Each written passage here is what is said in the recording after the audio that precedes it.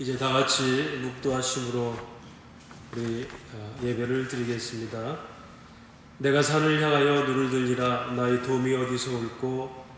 나의 도움이 천지를 지으신 여호와에게서로다. 아멘.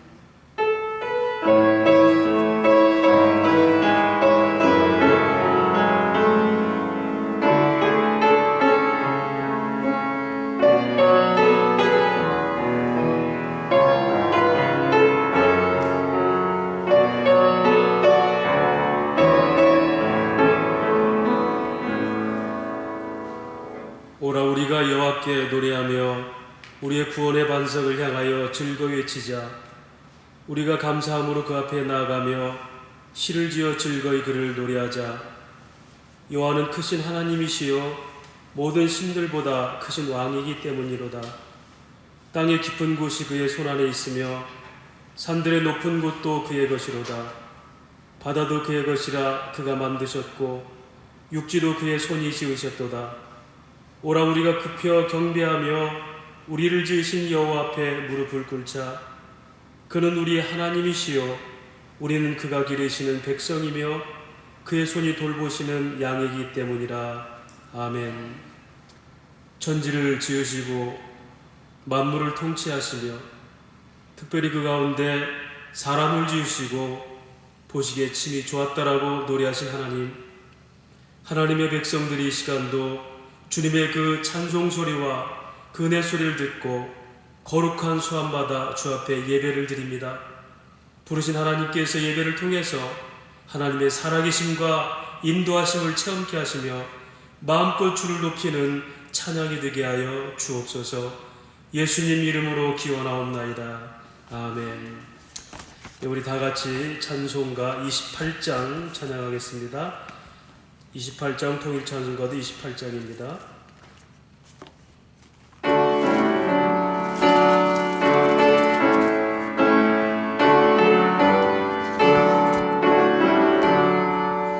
복의 근원 강림하사 찬송하게 하소서. 한량 없이 자비하신 증량할 길 없도다. 천사들의 찬송가를 내게 가르치소서. 구속하신 그 사랑을 항상 찬송합니다. 주의 크신 도움받아 이때까지 왔으니 이와 같이 천국에도 이르기를 바라네.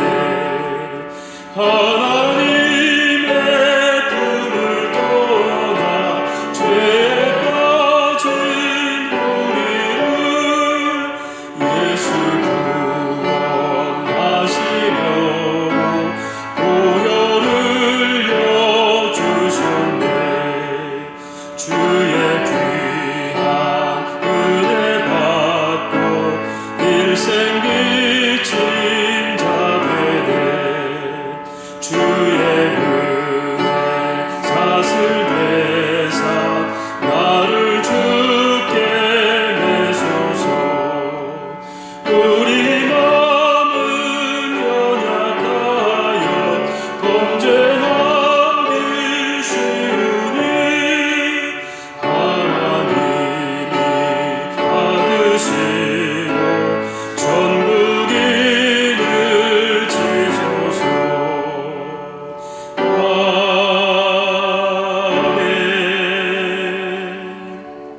사도신경으로 신앙 고백합니다. 전능하사 천지를 만드신 하나님 아버지를 내가 믿사오며 그 외아들 우리 주 예수 그리스도를 믿사오니 이는 성령으로 잉태하사 동정녀 마리아에게 나시고 본디오 빌라도에게 고난을 받으사 십자가에 못 박혀 죽으시고 장사한 지 사흘 만에 죽은 자 가운데서 다시 살아나시며 하늘에 오르사 전능하신 하나님 우편에 앉아 계시다가 저리로서 산자와 죽은 자를 심판하러 오시리라. 성령을 믿사오며 거룩한 보편적 교회와 성도가 서로 교통하는 것과 죄를 사하여 주시는 것과 몸이 다히 사는 것과 영원히 사는 것을 믿사옵나이다. 아멘. 다 같이 기도하겠습니다. 하나님 아버지, 코로나로 인하여 많은 교회들이 이제 교회당에서 예배를 드리지 못하고 가정에서 예배를 드리는 이런 형국에 와 있습니다. 그러나 주님의 뜻과 섭리는 우리가 알 수 없기에 하나님, 그럼에도 불구하고 어느 곳에 있든지 주의 마음을 담고 예배를 드려오니 우리의 예배를 받아 주옵소서. 특별히 이런 혼란스러운 전국에 나라를 위하여 기도합니다. 대통령과 유정자들에게 지혜를 더하시고 불안해하는 시민들에게 평화를 허락하여 주소서.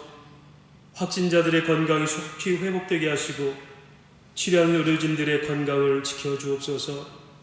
민과 관이 잘 협력해서 지역사회 확산을 막게 하시고 예방을 위한 공공 의료 시스템을 잘 구축할 수 있도록 도와주옵소서. 불안한 사회 분위기 속에서 서로를 향해 혐오와 불신풍조로 백성들의 마음이 나눠지지 않게 하소서. 코로나 사태로 인해서 발생하는 경제적 어려움이 속히 회복되게 하시고 특별히 큰 어려움을 겪고 있는 소상공인들을 보호하여 주옵소서. 하나님, 한국교회를 위해 기도합니다. 코로나 사태로 인해서 하나님의 영광이 가려지지 않도록 교회들마다 지켜주옵소서. 교회가 지역사회 속에서 치유와 화해자 역할을 잘 감당하게 하소서. 큰 어려움에 빠진 확진자가 나온 교회들에게 평안을 주시고 상황이 속히 호전되게 하소서. 성도들의 위기 속에서 성숙한 시민의식을 발휘함으로 주님의 본을 보이게 하옵소서. 신천지의 실체가 분명히 드러나게 하시고 이단이 척결되는 그런 기회가 되게 하여 주옵소서. 하나님, 천천교회를 위해 기도합니다. 우리에게 주님의 마음을 주셔서 탄식하는 마음으로 합심하여 기도하게 하소서.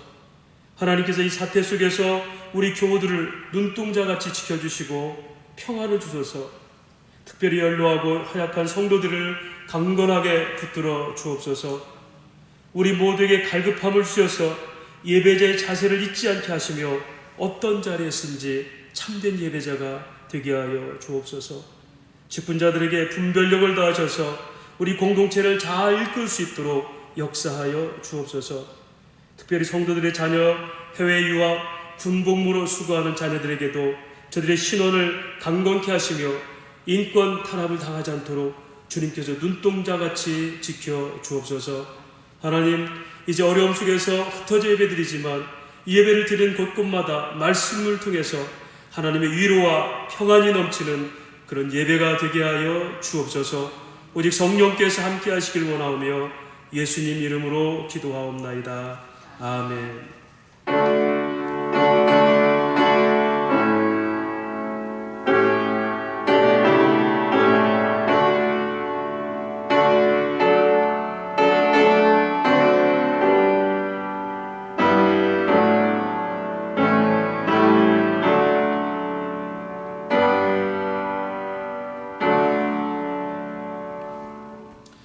다같이 찬송가 432장 찬양하겠습니다. 통일 찬송가는 462장입니다. 432장 찬양합니다.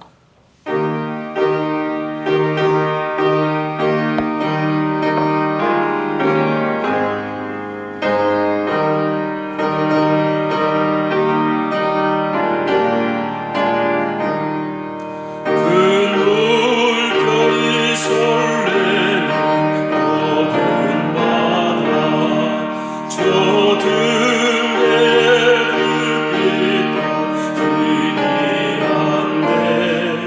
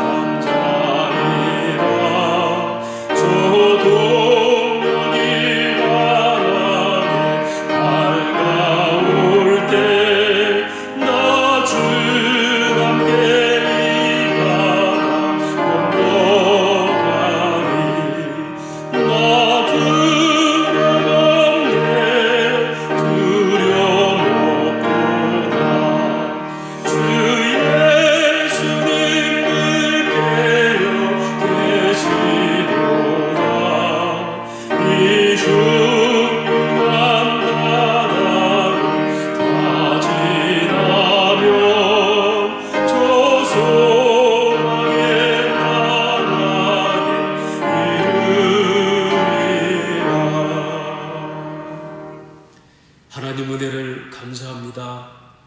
하늘의 하나님께서 땅에 사는 저희들에게 일용할 양식을 주옵시고 우리의 가정과 직장과 사업장을 주셔서 땀 흘려 수고하고 낙을 누릴 수 있는 복을 주시니 감사합니다. 우리에게 꿈을 주시고 자녀를 주셔서 양육을 통해 부모의 의미와 보람을 느낄 수 있도록 함께 하셔서 감사합니다. 이 은혜가 감사해서 우리 소득의 일부를 여러 가지 제목을 하나님께 드립니다. 하나님께서 이미 생명의 능력으로 우리 주셨기에 우리가 모든 걸 드려도 부족함이 없어서 이 물질을 드렸사오니 하나님 물질을 통해서 오직 주의 영광이 드러나게 하시고 약한 자의 무릎을 세울 수 있는 그런 놀라운 은혜의 물질로 사용하여 주옵소서. 여러 가지 경제 상황이 어렵게 예측이 됩니다. 코로나 사태로 인하여 많은 사람들이 또 소상공인들이 자영업자들이 슬피 울며 있습니다. 그런 가운데서 하나님 고센 땅을 예비하셔서 이스라엘 보호하신 것처럼 하나님께서 저들의 사업장과 직장과 자녀와 가정을 도우셔서 피할 길을 주시고 감당할 만한 시험으로 감당케 하여 주옵소서. 주신 것을 감사하고 예수님 이름으로 기도하옵나이다. 아멘. 오늘 이렇게 참 초유의 교회 사태들이죠. 이런 영상 예배를 드리고 또 가정 예배를 드리는 것에 대해서 참 마음 아프게 생각합니다. 그러나 이런 영상 예배나 가정 예배가 결코 우리가 예배를 파괴하는 그런 의미는 아니라는 것을 아시기를 바랍니다. 어쨌든 이 코로나 종식을 위해서 개인 위생 관리를 철저히 하시기 바랍니다. 그리고 이런 상황 속에서도 역사의 주인이 되시는 하나님 뜻을 겸손히 구할 수 있기를 원합니다. 무엇보다 온 국민이 위기 가운데 하나 되어서 이 사태를 잘 해결하도록 간절한 기도가 필요합니다. 어디이든지 기도를 통해서 위기를 잘 극복할 수 있기를 원합니다. 다음 주 예배는 다시 공지를 하도록 하겠습니다.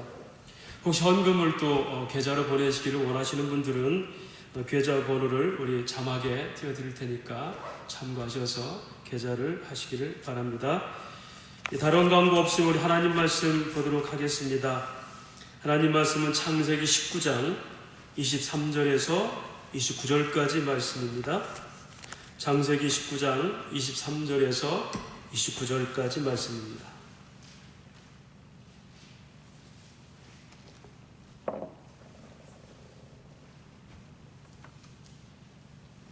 창세기 19장 23절에 29절까지 말씀을 제가 봉독해 올리겠습니다. 롯이 소알에 들어갈 때에 해가 돋았더라. 여호와께서 하늘 곧 여호와께서로부터 유황과 불을 소돔과 고모라에 비같이 내리사 그 성들과 온 들과 성에 거주하는 모든 백성과 땅에 난 것을 다 엎어 멸하셨더라. 롯의 아내는 뒤를 돌아봤으므로 소금 기둥이 되었더라.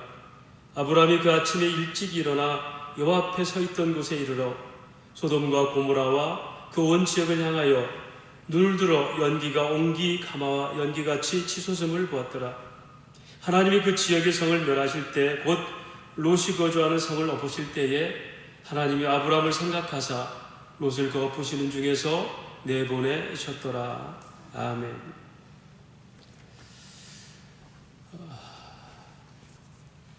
영상으로 뵈서 참 반갑습니다. 이렇게 우리가 또 이런 영상 예배를 통해서 회집 예배, 즉 교회에서 모여서 드린 예배가 얼마나 소중한지를 또 많이 체험하고 또 평소에는 또 몰랐을지 모르지만 또 이렇게 떨어져 있으니까 많이 보고 싶고 그렇습니다.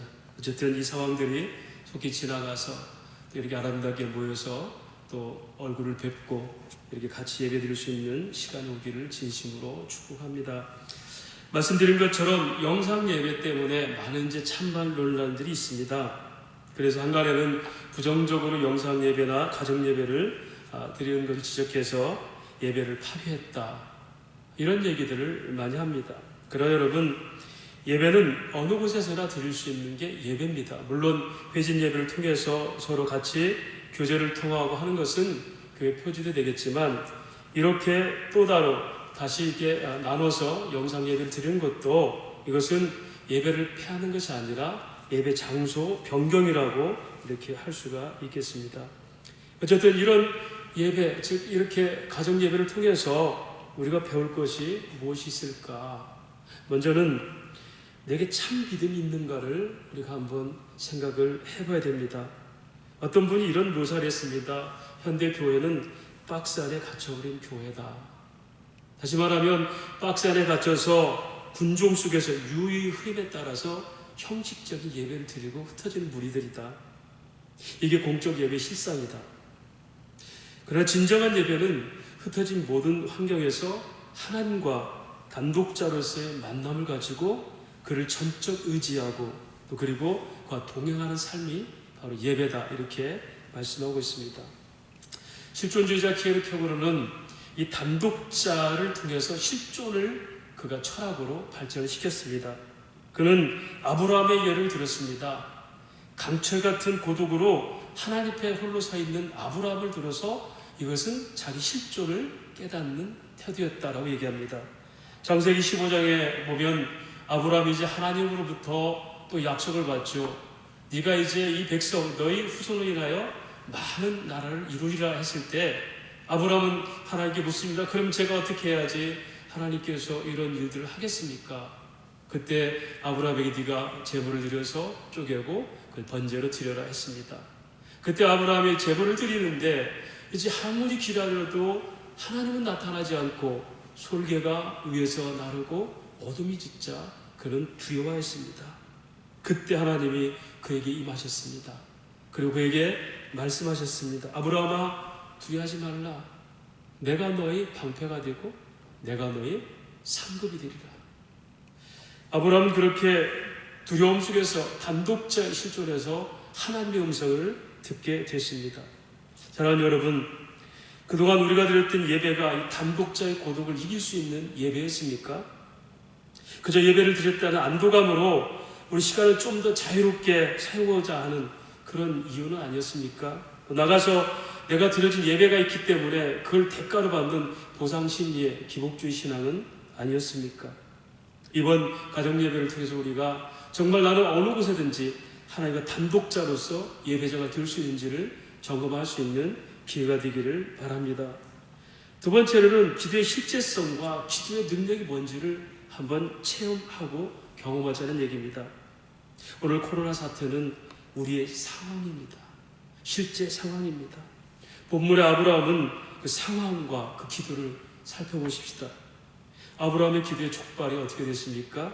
조카 롯을 위한 관계에서 나왔죠. 이는 교회가 사회적 책임을 다하는 일이기도 합니다. 사실은 전염병의 특성상 잘 아시잖아요. 나만 안전하면 되는 게 아니잖아요. 가족이 안전해야 되고 그것은 사회가 안전해야지 결국은 이 전염병은 사라지게 돼 있습니다. 오늘 이것이 우리들의 절박한 환경입니다. 이런 속에서 과연 나는 믿음의 사람으로서 어떤 기도의 실제를 갖고 있었던가? 나만을 위해서는 기도 물론 중요하지만 하나님 맡겨주신 사회적 책임을 하는 나는 기도의 실제자가 됐는가? 이런 자기점검이 정말로 필요한 시대라 생각합니다. 코로나에 있어 여러 가지 사람들이 해석을 하죠. 정치적, 사회적, 경제적 그런 관점에서 여러 구분을 하고 또 분별하기도 합니다. 그런데 우리는 이런 시점에서 성도로서 과연 이 코로나가 우리에게 어떤 의미를 주는지를 성도의 입장에서 관찰을 할 필요가 있습니다. 욥기서 36장 15절에는 말하고 있습니다. 사람이 받는 고통은 하나님이 사람을 가르치는 기회이기도 합니다. 사람이 고통을 받을 때 하나님은 그 사람의 귀를 열어서 하나님 말씀을 듣게 하십니다. 오늘 우리에게 이런 고통을 주신 하나님, 고통 허락하신 하나님은 과연 우리에게 어떤 걸 들려주실까? 몇 가지로 나눠서 말씀을 생각해보자 합니다. 먼저 코로나 병은 실제 상황이랬죠. 여러분, 우리가 코로나 그 균은 보이지 않지만 얼마나 조심하고 사회적 거리를 하지만 여러분 얼마나 서로가 서로를 훔칫 놀라고 그렇습니까? 이렇게 보이지 않는 질병의 실제지만 이게 실제 상황이 돼서 우리를 두렵게 하고 불안하게도 합니다. 이게 우리 신앙도 거론하는 겁니다. 어떤 사람은 신앙의 비현장성을 얘기합니다. 비실제성을 얘기합니다. 이런 예를 듭니다. 호수 그러면 누구든 잔잔한 물가를 연상한다는 겁니다. 별 그러면 밤하늘을 떠오르게 되죠. 그런데 기도 그러면 우리에게는 어떤 게 연상됩니까? 단순한 소원 정도? 아니면 해도 안 해야 되는? 여러분이 기도의 실제성에 대해서 얼마나 우리가 확신을 갖고 있습니까? 오늘 아브라함은 기도할 수밖에 없는 실제적 상황이에요. 결코 조카의 목숨이 추상적이거나 비현실적이거나 남의 일이 아니거든요. 코로나를 통해서 우리 신앙이 그래서 점검이 되어야 됩니다. 지금 전 세계가 처한 이 참담한 상황에서 과연 어떤 시각으로 우리가 이걸 바라보고 신앙의 자세를 취할까? 두 번째로 상황은 변하지 않는다. 여러분, 이 상황이 속히 안정되고 또 이 따뜻한 봄날이 오기를 바라는 것은 누구나 같을 겁니다. 신자든 불신자든 이 상황이 속히 종식되는 것은 다 같이 원할 거예요. 그런데 그것이 우리 열심히 있는 신앙의 자세나 혹 기도의 열정으로 다 해결되겠습니까? 그렇게 기도를 드리는 기도가 신앙으로서는 최선을 다하는 일이지만 과연 그것이 진실일까요? 오늘 성경은 단호하게 그것이 아니라고 얘기하고 있어요. 아브라함에게 이미 하나님께서는 내가 소돔성이 죄악이 가득해서 그 성을 내가 불로 멸망시켰다고 설명했습니다. 이걸 전능자의 의지적 상황이라고 합니다. 이건 절대 불변합니다. 소돔성은 어떤 식으로도 그 불심판을 피할 수가 없는 요지부동입니다. 결국 소돔성의 그 심판은 하나님의 작정이었고 그건 누구도 바꾸지 못합니다. 그런데 아브라함은 이에 맞서서 열심히 기도하죠. 의인 50명만 있어도 하나님 그 성을 멸하시겠습니까? 아니 45명, 40명, 30명, 10명 끊임없이 하나님과 줄다리기를 합니다. 진실한 기도죠. 그렇지만 그 기도는 단순한 소원입니다. 왜냐하면 하나님은 그럼에도 불구하고 소돔성을 멸하실 작정을 하셨기 때문입니다. 그러면 하나님은 왜 아브라함에게 그 기도의 열심을 내게 했을까요? 우리는 아브라함을 통해서 기도에 대한 교훈을 받을 이유가 있습니다. 아브라함은 갈급합니다. 왜요? 상황이 그러니까. 그는 결코 기도를 멈출 수 없죠. 끝장을 봐야 됩니다. 심지어 의인 눈을 내세우고 엄청난 수사를 쓰죠. 의인 10명만, 의인 50명만, 심지어는 나와 같은 찌끌 같은 재 같은 존재라도 감히 하나님께 구합니다. 아브라함은 열심히 반복해서 자기 존재를 드러내면서 고백하면서 기도했습니다. 토저 목사라는 분은 우리는 끝까지 기도해야 된다라고 얘기했어요. 왜냐하면 해야만 되니까. 여러분 기도가 정말 해야만 되니까 이런 기도에 정말 간절함이 있었습니까? 아브라함은 해야만 돼요. 그것이 기도입니다. 해야 되고 안 해야 되고가 아니라 기도 그러면 해야만 되는 것, 반드시 주의 뜻이 필요한 것. 오늘 저와 여러분의 가족이 혹시 그러진 말아야 되겠지만 발병한 사람 있을 때 이게 여러분 실제죠. 그때 언제까지 기도할 것 같습니까? 다 나을 때까지, 더 이상 문제가 없을 때까지. 여러분 더군다나 바로 아브라함은 그 문제를 집행했던 하나님, 해결자인 하나님 앞에 두고 있어요. 여러분 같으면 지금 이 코로나를 해결하신 하나님 앞에 있다면 여러분은 그냥 기도해도 안 해 그러겠습니까? 우리 신앙에는 이런 간절함이 있었느냐는 얘기입니다. 시편 16편 10절에 보면 내가 크게 고통당하였다고 말할 때에도 나는 하나님을 믿었도다라고 얘기해요. 하나님 앞에서 언제나 단독자로 서 있는 그런 믿음을 갖고 있느냐는 거죠. 하나님과 신앙은 비현실적 존재가 아니라는 믿음이 있느냐는 거죠. 기도가, 우리 믿음은 그렇게 취득한 우리의 신앙의 교리들은 과연 추상적이 되고 복음이 되지 못하는 그런 일이 없는지요. 신천지의 잘못된 현장성 아시잖아요. 그들은 여러분 희만이가 재림 예수의 영으로 믿어요. 보혜사를 믿어요. 그들은 그 실제로 믿고 초현실적 신앙을 가지고 있습니다. 목숨 걸고 증거하고 견뎌내고 무서운 집중력을 발휘하잖아요. 이번에 그게 다 드러나는 겁니다. 여러분, 그들의 열심만은 우리가 깊은 반성을 해볼 필요가 있어요. 우리는 그렇게 신앙 현장성을 가지고 있는가? 주님은 아브라함을 통해 그렇게 기도의 간절함, 신앙의 현장성이 뭔지를 훈련시키셨습니다. 주님이 이걸 미리 가르쳐줬다는 사실이 중요합니다.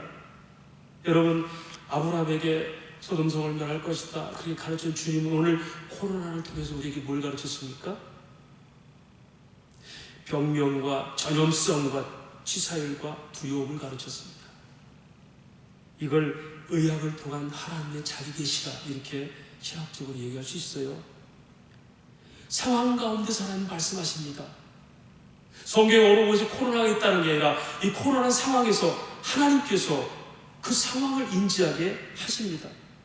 그리고 그 상황의 집행자가 누군지를 말씀하고 싶어하는 거예요. 우리는 때로는 하나님 소관이 아니고 인간 부주의고 의학의 한계가 드러난 것이다라고 불안할 수 있어요. 그래서 치료제에만 매달 수 있습니다. 과연 그럴까요? 전도서는 하나님의 이 주관의 때를 설명하고 있습니다. 전도서 3장 1절 14절까지 보면은 범사에 기한이 있고 천하만사가 다 때가 있나니 날 때가 있고 죽을 때가 있으며 심을 때가 있고 심은 것을 뽑을 때가 있고 죽일 때가 있고 치료할 때가 있으며 헐 때가 있고 세울 때가 있으며 울 때가 있고 웃을 때가 있고 춤출 때가 있다. 하나님께서 이렇게 행하신 모든 것은 영원히 있을 것인데 그 후에 덜하거나 더할 수도 없나니 하나님이 이같이 행하시면 사람들이 그 앞에서 하나님을 경외하게 하려 하는 줄 내가 알았다. 하나님은 때로는 죽일 때가 있고 치료할 때가 있다고 얘기합니다.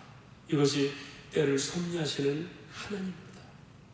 미래를 예측 못하게 만듭니다. 제가 우습게도 사실 제 그 모양실의 게시판에 이렇게 한 달씩 이렇게 달력을 꼽아놓고 계획을 세우는데요. 오늘 보니까 2월달 달력 그대로 꼽혔더라고요. 3월달에 왔어도 계획을 세워야 되는데 이미 계획이 없었어요. 언젠가는 내가 미래의 계획이 없을 이런 시대를 맞이할 텐데 나는 하루를 어떻게 살았던가 그런 반성을 했습니다. 우리에게는 내일, 내년, 내달이란 뭔가 새로운 계획이 있지만 여러분 정신없는 이 상황 속에서 우리에게 어떤 계획이 할 수가 있을까요? 하나님 미래를 모르게 하시면서 결국은 하나님을 경외하게 하신다. 이것이 때를 역사하시는 하나님의 목적입니다. 어느 목사님의 카톡 대문글에 이런 글이 있습니다. 공중에 날아다니는 새를 보라 그가 먹이시나니. 여러분 정말 그 실제로 그걸 믿습니까? 공중에 나는 새도 하나님 먹이신다는 믿음이 있습니까? 코로나의 전염성과 치사율의 지식은 우리에게 하나님께서 모든 것이 전능자의 손에 있다는 것을 가르쳐주고 있다. 아무리 의학이 발달하고 아무리 사람들이 무병장수를 꿈꿔도 하나님 주신 미래는 우리가 개척한 게 아니라는 것을 실상을 드러나게 하시고 그래서 하나님을 예배하게 하는데 목적이 있습니다. 아브라함의 기도는 여기서부터 시작됐습니다. 신앙의 훈련이 여기서부터 시작된 겁니다. 하나님이 이 상황을 주제자구나, 해결자구나, 상황 인식과 그 주제자를 알고 그 기도를 시작한 것이 아브라함의 기도의 시작입니다. 우리가 바로 지금 여기서 그렇게 시작을 해야 됩니다.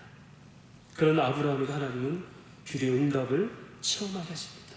오늘 본문의 19장 29절이 오늘 말씀의 키워드예요. 키포인트인데요. 제가 읽겠습니다. 하나님이 그 지역의 성을 멸하실 때에 곧 롯이 거주하는 성을 엎으실 때에 하나님의 아브라함을 생각하사 롯을 그 엎으시는 중에서 내보내셨더라. 사랑하는 여러분, 분명히 하나님 상황은 바꾸지 않아요? 진노하시고 심판하십니다. 그런데 누군 구해요? 롯은 구하죠. 누굴 때문에? 아브라함을. 이게 하나님이 그 모든 상황 속에서 아브라함에게 가르치는 하나님의 역사예요. 오늘 아브라함의 존재는 하나님의 심판 앞에서 그는 실패자에 불과해요.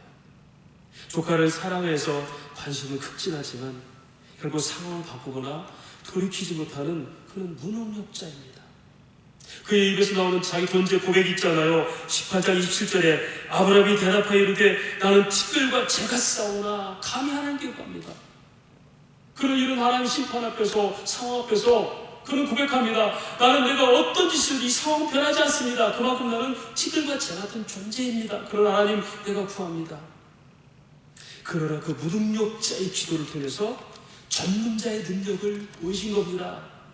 이것이 바로 오늘 말씀이에요. 아브라함을 생각하사 롯을 그 엎으신 중에 내보내셨더라. 야고보서 5장 15절은 그 믿음의 기도를 설명합니다. 믿음의 기도는 병든 자를 원하리니 주께서 그를 일으키시라. 복음서에는 여러 번의 10개를 혈류증을 앓다가 예수님 옷을 만지고 나은 여인의 믿음에 대해 설명합니다. 여인아, 네 믿음이 너를 낫게 하였구나. 너를 구원하였구나. 그때 그 믿음은 어떤 믿음입니까? 이미 내가 너를 계획한 믿음. 불신받다 하지만 그 속에서 믿음을 불러일으키고 그 기도가 뭔지를 깨닫게 하신 하나님. 이걸 선계획의 하나님이라 이렇게 설명합니다. 이 믿음의 기도가 주의 권세를 누릴 수 있는 성도의 특권입니다. 이게 기도예요. 저는 감히도 오늘 그 그리스도 안에 있는 저의 믿음을 가지고 이렇게 고백합니다. 나사렛 예수 안에 있는 내 믿음으로 명하노니 코로나 질병은 이 땅에서 속히 사라질지어다. 할렐루야. 기도는 그렇게 상황과 사람을 바꾸게 됩니다. 오늘 그렇게 기도를 경험한 아브라함은 바로 20장에 넘어가서 이제 그는 또 비겁한 짓을 하게 되죠. 오늘 본문을 읽지 않았지만 그는 그랄이라는 곳에 가서 또 피신합니다. 그때 그랄 왕 아비멜렉이 그 사라를 보니까 예뻐요. 그러니까 아브라함 또 그 사라 아내를 누이라고 또 속입니다. 그러나는 그걸 믿고 그 사라를 취하려다가 꿈에 하나님 나타나가지고 호통을 칩니다. 그는 선지자고 그가 너를 위해 기도할 자인데 네가 왜 그 아내를 취했느냐. 그때가 아비멜렉 혼인백산에서 그 다음날 사라를 보내면서 네가 왜 내게 하나님께 죄를 지키게 하였느냐. 그런데 하나님은 아브라함에게 가서 네가 이제 그 아비멜렉 가정에서 기도하라 하시니까 창세기 20장 17절에 이렇게 하나님이 설명합니다. 아브라함이 하나님께 기도하며 하나님이 아비멜렉과 그의 아내와 여종을 치료하사 출산하게 하셨으니 여호와께서 이왕에 아브라함의 아내 사라의 일로 아비멜렉의 집에 모든 태를 닫으셨습니다. 자 보세요. 지금 아브라함은 기도의 능력자는커녕 그는 오히려 아내를 누이라 속이는 비겁자였어요. 그래서 하나님 그를 뭐라고 합니까? 그는 선지자다. 여러분 하나님의 그 칭호 앞에 아브라함 얼마나 부끄러웠을까요? 심지어는 네가 가서 기도하면 그가 이제 회복하리라. 기도하니까 아비멜렉의 아내와 그 여종이 치료받고 받았던 태가 열렸어요. 그런데 성경은 18절에 20장 18절에 이렇게 설명합니다. 여호와께서 이왕에 아브라함의 아내 사라의 일로 아비멜렉의 집에 모든 태를 닫으셨습니다. 여기서 이왕이라는 말은 이전에 한 뜻이에요. 이미 그 계획을 통해서 하나님 뜻을 나타내고자 했더라. 그런데 여러분 거기서 아비멜렉 그랄 왕이에요. 왕에게 자손이 없으면 왕관 끊어지는 겁니다. 거기에서 오직 누구만이 그 태를 열 수 있는 권한을 받았습니까? 아브라함이에요. 아브라함 어떤 존재? 비겁하고 졸렬하고 두려움에 쌓인 상황 앞에서 두려워하는 그럼에도 하나님은 그 밖에 그 왕의 가문을 이입게 하는 바로 태를 여는 권세를 그에게 주셨다는 겁니다. 사랑하는 여러분, 오늘 저 여러분 죄를 지어서 하나님의 징벌을 피할 수 없는 사람들, 죄의 질병이 죄를 덮어서 사망에 이른 저희들, 이런 우리를 위해서 치료의 전권을 받으시고 있는 선지자가 누굽니까? 하나님의 아들 예수 그리스도십니다. 그래서 사도행전은 말합니다. 예수 위에는 구원받을 만한 우리에게 존재력이 없다라고. 예수 이름에 그는 우리 죄로 인해서 전적으로 타락한 죄인과 구원에 대해서 또 전적으로 구원에 무능한 우리들을 위해서 치료하시고 그 심판에서 자유를 선포하시기 위해서 오신 이 땅에 오신 하나님의 아들이십니다. 그가 나무에 달려 죽고 채찍에 대신 맞음으로 우리가 나음을 입어서 죄의 형벌에서 구원받고 자유를 얻게 된 겁니다. 이걸 베드로서는 이렇게 말합니다. 베드로전서 2장 24절에 친히 나무에 달려 그의 몸으로 우리 죄를 담당하셨으니 이는 우리 죄에 대해서 죽고 의에 대해서 살게 하려 하십니다. 그가 채찍에 맞음으로 너희가 나음을 입었나니. 아멘. 그런데 여러분, 그렇게 예수님께 주신 그 권세를 또 누구에게 이양하신 겁니까? 마태복음 28장 18절 28, 20절까지 보니까 그 권세를 우리에게 주셨어요. 예수께서 나와 말씀하여 이르시되 하늘과 땅의 모든 권세를 내게 줬으니 그러므로 너희는 가서 모든 민족에게 제자 삼아 아버지와 아들과 성령의 이름으로 세례를 베풀고 내가 너희에게 분부한 모든 걸 가르쳐 지키게 하라. 볼지어다 내가 세상 끝날까지 너희와 항상 함께 있으리라 하시니. 하나님 여러분, 우리에게는 그런 믿음의 기도, 하늘의 권세를 받은 사람들이고 상황 앞에서 두려움을 떠는 우리가 아니라 이미 위로받은 우리가 돼서 영생의 소망을 우리들에게 사망에서 영생을 옮겼던 이 완벽한 치료를 받은 우리가 그렇게 두려운 사람들을 치료할 수 있는 권세를 받은 사람이라는 것을 믿으시기를 바랍니다. 그렇다면 그렇게 살기 위해서는 어떻게 해야 될까? 내 상황을 하나님의 의지 앞에 내려놓아야 됩니다. 시편 59편 22절은 말합니다. 네 짐을 여호와께 맡기라. 그가 너를 붙드시고 의인의 유동함을 영원히 허락하지 아니하시리라.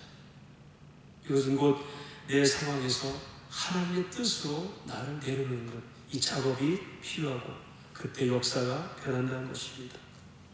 결국 이 모든 상황이 하나님의 의도된 상황이라는 것을 우리가 인식하고 그 상황들을 종식하는 능력이 하나님께 있음을 고백하고 내 사정과 상황이 아니라 하나님 뜻에 나를 내려놓을 때 이런 역사가 일어납니다. 바로 하나님은 진노 중에라도 긍휼을 베푸시는 하나님이십니다. 하박국 선지자는 그걸 알고 기도했던 사람이에요. 하박국서를 보면 하박국서는 초면을 보면 그는 끊임없이 하나님께 한탄하고 탄식합니다. 하나님, 어찌하여 믿는 의인들은 저렇게 새가 그물에 걸려서 꼼짝못 하면서 사는데 믿지 않는 사람은 저렇게 잘 사는데 하나님 어찌된 겁니까? 그는 결국 성전에 들어가서 하나님 뜻을 깨달았고 하나님의 소문을 듣고 알게 돼서 그는 이렇게 결국 고백합니다. 하박국서 3장 2절 말씀 보면 여호와여 내가 주께 대한 소문을 듣고 놀랐나이다. 여호와여 주는 주의 일을 수년 내에 부응케 하옵소서. 이 수년 내에 나타내시옵소서. 진노 중에라도 긍휼을 잊지 마옵소서. 하나님, 이스라엘 백성들이 잘못돼서 남의 나라에 잡혀가 포로되는 것은 하나님의 상황이고 그건 변하지 않을 줄 압니다. 그러나 내가 이제 하나님 알았습니다. 그것은 우리를 버린 것이 아니라 하나님의 긍휼을 베풀려는, 하나님의 사랑 깨닫게 하는 하나님의 상황인 줄 알았습니다. 그래서 이 일들을 수년 내에 이루시고 하나님 그 긍휼을 베풀어 주시옵소서. 이 기도는 바로 예수님께서 십자가를 지기 전에 겟세마네 드린 기도의 내용이죠.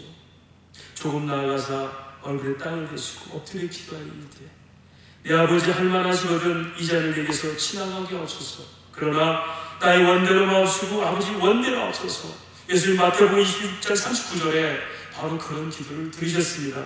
이걸 이렇게 표현합니다. 하나님, 내 소원과 형편대로 하지 마시고 아버지가 부르신 그 의도된 상황대로 나를 인도하여 주옵소서.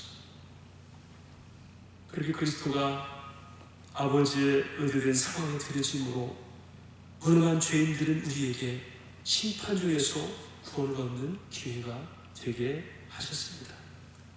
소돔성의 불심판이라는 그 상황과 아브라함의 기도를 사용해서 아브라함을 변화시키는 역사, 심판의 상황은 불변하나 그 가운데서 기도의 응답을 받게 하고 더 나아가서 아무것도 아닌 그에게 기도의 능력을 경험하게 하십니다. 아브라함 그 과정에서 그가 신앙하는 하나님의 능력을 체험하고 믿는 자에 있는 기도의 권세, 곧 신앙의 힘을 확신하게 됩니다. 이것을 아무것도 자랑할 수 없는 그로서는 겸손한 확신이라 이렇게 얘기할 수 있습니다. 바울 사도는 그 하나님의 그 절대적 은혜를 받고 나서 이런 겸손한 확신의 고백을 드립니다. 고린도전서 15장 10절에 그러나 내가 나된 것은 하나님의 은혜로 된 것이니 내게 주신 그의 은혜가 헛되지 아니하여 내가 모든 사도보다 더 많이 수고했으나 내가 한 것이 아니요 오직 나와 함께 하신 하나님의 은혜로다. 말씀을 정리하겠습니다. 어떤 사람들은 코로나 이후에 한국 사회가 많이 변할 거라고 예측을 합니다. 그 중에서 개위생관념이 많이 변할 거라는 겁니다. 사실 저는 손을 그렇게 자주 씻는 사람이 아니었어요. 최근에 제가 손을 자주 씻다 보니까 하루에 몇 번 씻는데 항상 떼꾸 정물이 나오더라고요. 저는 씻지 않으니까 몰랐어요. 씻을 때마다 이렇게 손이 더러웠었나. 아마도 앞으로는 저는 손을 더 자주 씻을 것 같아요. 한국 사회가 더 위생이 철저한 그런 사회가 될 겁니다. 그런데 여러분, 성도인 저와 여러분에게는 위생관념이 철저함을 넘어서 영적 상태를 점검하고 정결하게 하는 그런 기회가 되어야 됩니다. 그것이 이 땅에 사는 성도의 또 다른 변화고 그런 하나님의 계획이 있습니다. 이번 코로나를 통해서 하나님의 변함없는 긍휼하심과 우리 기도의 진실이 뭔가를 깨닫고 그리고 성도가 가진 그 기도의 권세와 신앙의 힘이 무엇인지를 깨닫고 하나님의 은혜를 겸손히 확신하는 성장이 있기를 진심으로 바랍니다. 이번 기회를 통해서 이제는 대중 예배를 넘어서 하나님의 단독자로서 어디든지 참 예배자의 삶을 살고 신앙의 진실성을 회복하는 좀 더 성숙한 열매가 있는 저와 여러분 이 한국교회가 되시기를 주의 이름으로 축원합니다. 하나님 아버지 은혜를 감사합니다. 하나님 모든 것을 지으시고 때를 따라 아름답게 하신다고 말씀하신 말씀을 기억합니다. 높게도 하시고 낮게도 하시며 병이 들게도 하실 뿐 아니라 치유도 하시며 때리기도 하시나 다시 싸매신 하나님, 그런 속에서 하나님은 하나님의 긍휼이 뭔지를, 은혜가 뭔지를, 지금껏 누렸던 하나님의 권세가 뭔지를 깨닫게 하시고 교훈하신다는 말씀을 나눕니다.